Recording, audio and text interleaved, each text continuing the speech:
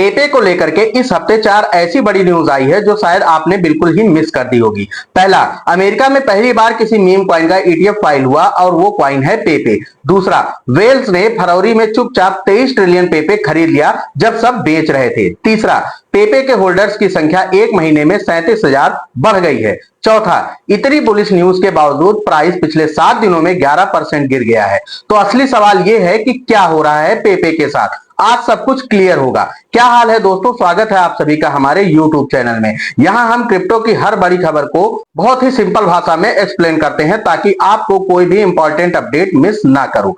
अभी चैनल को सब्सक्राइब करो और बेल आइकन दबाओ और हमारे टेलीग्राम और इंस्टाग्राम पर भी आ जाओ। डिस्क्रिप्शन में लिंक है, वहां हम डेली अलर्ट्स आप लोगों के लिए शेयर करते रहते हैं। चलो एक एक न्यूज पर आते हैं। दोस्तों ये न्यूज सच में बड़ी है। 8 अप्रैल 2026 को कैनरी कैपिटल नाम की एक इन्वेस्टमेंट फर्म ने एसईसी के साथ स्पॉट पेपे ईटीएफ का यस-1 फॉर्म फाइल किया। यह अमेरिका का पहला मीम कॉइन ईटीएफ होगा अगर अप्रूव हुआ। अब तक बिटकॉइन ईटीएफ था, इथेरियम ईटीएफ था, लेकिन किसी मीम कॉइन के लिए यह पहली बार हुआ है। इसका मतलब क्या है? मतलब यह है कि अब बड़े इंस्टीट्यूशनल जो पहले पेपे को जोक समझते थे वो अब पेपे में सीरियसली इंटरेस्टेड हैं। अप्रूवल अभी गारंटीड नहीं है, एसईसी का डिसीजन आना बाकी है, लेकिन सिर्फ फाइलिंग होना ही मार्केट के लिए एक बड़ा सिग्नल है।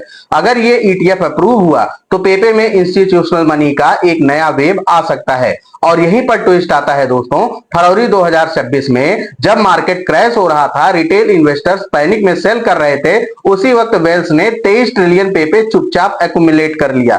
23 ट्रिलियन, ये नंबर सुनकर के कुछ समझ नहीं आता। सिंपल बोलूं, ये इतना बड़ा अमाउंट है कि अकेले इस एक मूव ने मार्केट की सप्लाई को सिग्निफिकेंटली टाइट कर दिया। स्मार्ट मनी हमेशा तब खरीदती है जब रिटेल डरा हुआ होता है, और ये एग्जैक्टली यहां पर हुआ। जो लोग ये नहीं समझते हैं वो गलती करते हैं। वेल्स का मूव हमेशा प्राइस से पहले आता है, ये नंबर भी इग्नोर मत करो। मिड अप्रैल 2026 से अब तक पेपे के यूनिक होल्डर्स वॉलेट 37,000 बढ़ गए हैं। टोटल 5,51,500 तक पहुंच गए हैं।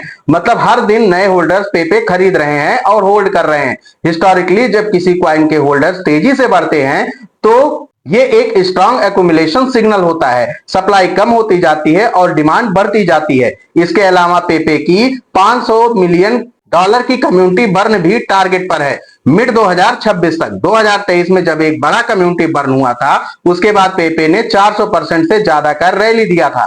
अब यहां पर सवाल उठता है कि इतनी सारी पॉजिटिव न्यूज के बावजूद पेपे की प्राइस पिछले 7 दिनों में 11% नीचे क्यों आ गई है? करंट प्राइस है 0.5 टाइम्स $037 के आसपास और मार्केट कैप है लगभग $1.57 बिलियन।